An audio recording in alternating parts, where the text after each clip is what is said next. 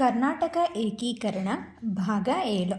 There ಆಯೋಗದ ವರದಿ ಸಲ್ಲಿಕೆಯಾದ ಒಂದು ವಾರದಲ್ಲೇ ರಾಷ್ಟ್ರೀಯ ಕಾಂಗ್ರೆಸ್ನ 55ನೇ ಅಧಿವೇಶನ ಜೈಪುರದಲ್ಲಿ ನಡೆಯಿತು. ಆಗ ದರ್ ಆಯೋಗದ ವರದಿಯನ್ನು ಪರಿಶೀಲಿಸಿ 3 ತಿಂಗಳೊಳಗೆ ವರದಿ ಮಾಡಲು 3 ಸದಸ್ಯರ ಸಮಿತಿಯೊಂದನ್ನು ರಚಿಸಲಾಯಿತು. ಅದೇ ಜೆವಿಪಿ ಸಮಿತಿ.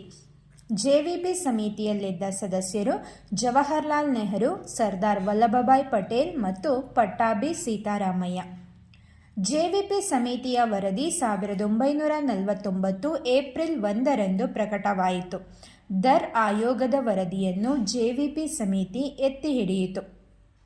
ಕೇರಳ ಮತ್ತು ಕರ್ನಾಟಕ ಪ್ರಾಂತ್ಯ ರಚನೆಯು ಸಮಸ್ಯಾತ್ಮಕವಾಗಿದೆ ಎಂಬ ಅಭಿಪ್ರಾಯದಿಂದ ಹೊಸದಾಗಿ ರಾಷ್ಟ್ರ ನಿರ್ಮಾಣವಾಗುತ್ತಿರುವ ಸಂದರ್ಭದಲ್ಲಿ ಭಾಷಾವಾರು ಪ್ರಾಂತ್ಯ ರಚನೆಯು ರಾಷ್ಟ್ರದ ಐಕ್ಯತೆ ಮತ್ತು ಆರ್ಥಿಕ ಪ್ರಗತಿಗೆ ಧಕ್ಕೆ ತರಬಹುದೆಂಬ ಸಂಶಯವನ್ನು ಜೆವಿಪಿ ಸಮಿತಿ ವ್ಯಕ್ತಪಡಿಸಿತು. 1949 ಮೇ 8ರಂದು ಕರ್ನಾಟಕ ಪ್ರಾಂತೀಯ ಸಮಿತಿಯು ಹುಬ್ಬಳ್ಳಿಯಲ್ಲಿ ಸಭೆ ಸೇರಿ ತ್ರಿಮೂರ್ತಿ ಸಮಿತಿ ಅಂದರೆ ಜೆವಿಪಿ ಸಮಿತಿಯ ವರದಿಯ ಬಗ್ಗೆ ತನ್ನ ಅತೃಪ್ತಿ ವ್ಯಕ್ತಪಡಿಸಿತು.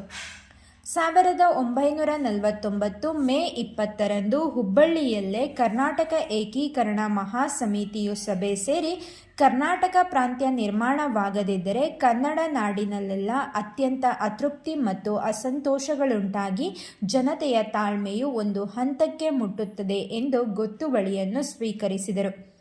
1951 ಮೇ 25 ಹಾಗೂ 26ರಂದು ಹೊಸಮನಿ ಸಿದ್ದಪ್ಪನವರ ನೇತೃತ್ವದಲ್ಲಿ ಮೊದಲ ಪಕ್ಷೇತರ ಕರ್ನಾಟಕ ಏಕೀಕರಣ ಪರಿಷತ್ತು ಸಮಾವೇಶಗೊಂಡಿತು. ಇದರಲ್ಲಿ ಕನ್ನಡ ಪ್ರದೇಶಗಳ ಬಹುತೇಕ ಎಲ್ಲ ರಾಜಕೀಯ ಪಕ್ಷಗಳು ಒಂದಾದವು. ಈ ಪರಿಷತ್ತಿನಲ್ಲಿ ಮುಂಬೈ, ಮದ್ರಾಸ್ ಮತ್ತು ಹೈದರಾಬಾದ್ ಪ್ರಾಂತ್ಯಗಳ ಕನ್ನಡ ಪ್ರದೇಶಗಳು, ಮೈಸೂರು ಮತ್ತು ಕೊಡಗು ರಾಜ್ಯಗಳನ್ನು ಸೇರಿಸಿ ಕೂಡಲೇ ಕರ್ನಾಟಕ ಪ್ರಾಂತ್ಯ ರಚನೆಯಾಗಬೇಕೆಂಬ ಗೊತ್ತುವಳಿಯನ್ನು ಸ್ವೀಕರಿಸಲಾಯಿತು. ಗೊತ್ತುವಳಿಗಳನ್ನು ಅನುಷ್ಠಾನಕ್ಕೆ ತರಲು ಸಮಿತಿಯೊಂದನ್ನು ರಚನೆಯಾಯಿತು. 1952ರಲ್ಲಿ ಚುನಾವಣೆಗಳು ನಡೆದಾಗ ಕರ್ನಾಟಕ ಏಕೀಕರಣ ಪಕ್ಷದ ಅಭ್ಯರ್ಥಿಗಳು ಗುಡಿಸಲಿನ ಗುರುತಿನ ಮೂಲಕ ಚುನಾವಣೆಯಲ್ಲಿ ಸ್ಪರ್ಧಿಸಿದರು.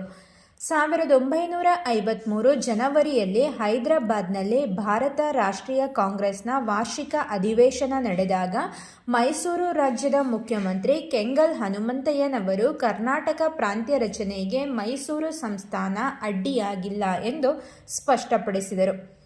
ಆಂಧ್ರ ಪ್ರಾಂತ್ಯ ರಚನೆಯ ಬಗ್ಗೆ ಅಧ್ಯಯನ ಮಾಡಿ ವರದಿ ಸಲ್ಲಿಸಲು ಕೇಂದ್ರ ಸರ್ಕಾರ ರಾಜಸ್ಥಾನದ ಶ್ರೇಷ್ಠ ನ್ಯಾಯಾಲಯದ